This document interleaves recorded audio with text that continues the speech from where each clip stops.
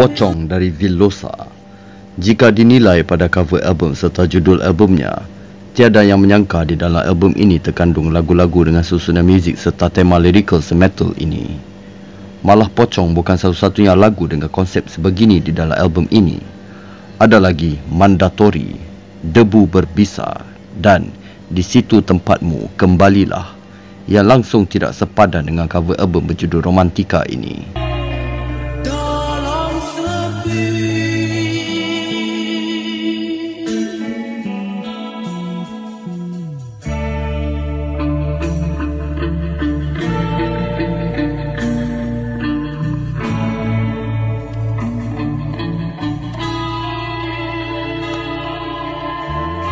Ya, demikian antara faktor kejatuhan album rock menjelang awal 90-an dahulu.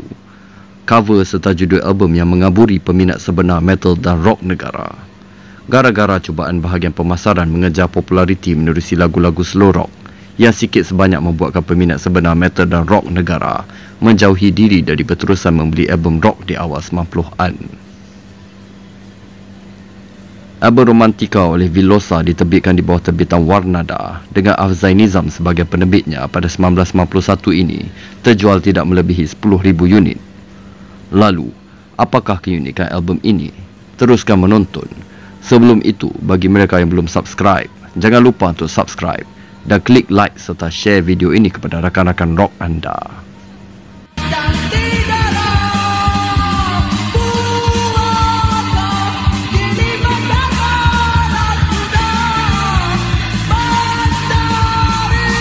Kumpulan ini yang pada asalnya dibarisi oleh 3 adik-beradik berbakat dalam muzik iaitu An bass, roll gitar dan D drum, yang mana kesemuanya berasal dari Bentong Pahang. Minat mendalam mereka pada muzik sejak kecil telah mendorong mereka untuk bergiat aktif menerima undangan persembahan di majlis-majlis Kitab Pahang hingga ke Gombak, Selangor bermula tahun 1985 ke tahun 1990. Menerusi salah satu persembahan mereka di Seri Gombak pada 1990, bakat mereka telah dikesan oleh seorang komposer dan penerbit album yang sedang mula menempa nama pada masa itu, iaitu Afzai Nizam Ismail. Afzai Nizam telah menjemput mereka untuk menghadiri uji bakat di studionya dan terpegun dengan bakat 3 beradik ini yang amat versatil dalam pemilihan lagu serta lagu ciptaan sendiri yang dipersembahkan mereka kedengaran amat lain dari yang lain. Mereka telah ditawarkan kontrak rakaman di bawah penerbitan syarikat Afzai Nizam pada masa itu, iaitu Pro Cipta. Disebabkan ingin bergerak sebagai sebuah kumpulan rakaman, mereka menjemput Zali, iaitu seorang basis dari kampung mereka, dan An yang mana sebelum ini bermain bass berubah ke posisi vokal sepenuhnya. Nama Villosa dipilih sebagai nama kumpulan, yang mana ia merupakan nama saintifik bagi pokok tebu tikus yang berbunyi unik. Rakaman mula dijalankan di studio Channel 11 dengan susunan muzik dikendalikan sendiri oleh Villosa dan Afzai Nizam, dengan gitaris prodigi Roll paling banyak memberikan input penciptaan lagu. Banyak terpengaruh dengan kerja gitar dari Marty Friedman dan gitar-gitar hero lain. Roll menghasilkan banyak susunan kerja gitar yang menarik untuk album Villosa. Akhirnya, album tunggal mereka berjudul Romantika terbit di pasaran pada 1991 dengan Warnada bertindak sebagai pengedarnya. Okey, jadi Romantika dari Villosa. Okey, jadi gua mula nak cakap lah. Kaset ni sebenarnya adalah keluaran Warnada, kaset putih dengan tulisan dia print di atas shell putih lah. Tapi yang gua punya ni dah penuh dengan contingan marker oleh pemilik asal dia yang bernama Nasha. Gua tak kenal lah dia sebenarnya, orang Sarawak. Gua dapat ni daripada seorang kawan dari Sarawak yang merupakan seorang tokek bandel lah. Jadi dia banyaklah dapat barang-barang terpakai. Lepas tu ada dijual pada gua sikit. Itulah, owner asal ni pandai, terlalu kreatif sangat. Dia bagi conteng habis maka jadi sayang lah kita tak dapat, gua tak dapat nak tunjuk lah dia punya rupa kaset sebenar dia. Sayang. Okey, jadi casing Warnada warna putih tahun 1991. Warnada masih gunakan shell putih, casing putih. Tapi ni dah kotor teruk lah. Okey, dia punya cover pun sangat usang. Okey, Wanada ni dia punya inlay dia sebenarnya menggunakan kertas yang agak murah lah, aku boleh cakap. Semua cover Wanada memang macam ni lah, dia jenis kertas tebal. Ada ala-ala macam Singapore Press punya kertas lah, dia jenis kertas tebal macam ni. Okey, jadi memang usang lah, lu orang boleh tengok, buruk gila lah. Macam bekas koyak banyak, bekas lipat yang banyak. Okey, jadi kita tengok dia punya cover depan dia. Tulisan Velosa, macam tulisan ala-ala Romeo gitu, dengan judul albumnya Romantika. Gua tak tahu kenapa bagi tajuk album macam ni, sedangkan tak ada satu pun lagu bertajuk Romantika. Tak tahu kenapa dia bagi tajuk macam ni, kan? Jadi pandangan mat rock, mat metal pada masa tu bila tengok album ni dekat kedai-kedai kaset, dah tentu kata, ni band jiwang ni, tak nak belilah. Betul tak? Sebab tajuk Romantika, lepas tu yelah, logo pun tulis macam tu, nampak macam album jiwang lah, kan? Kita tak tahu sebenarnya dalam ni adalah King Diamond Malaysia, kan? Banyak lagu-lagu metal yang power, tapi orang tak tahu pasal cover dia macam ni.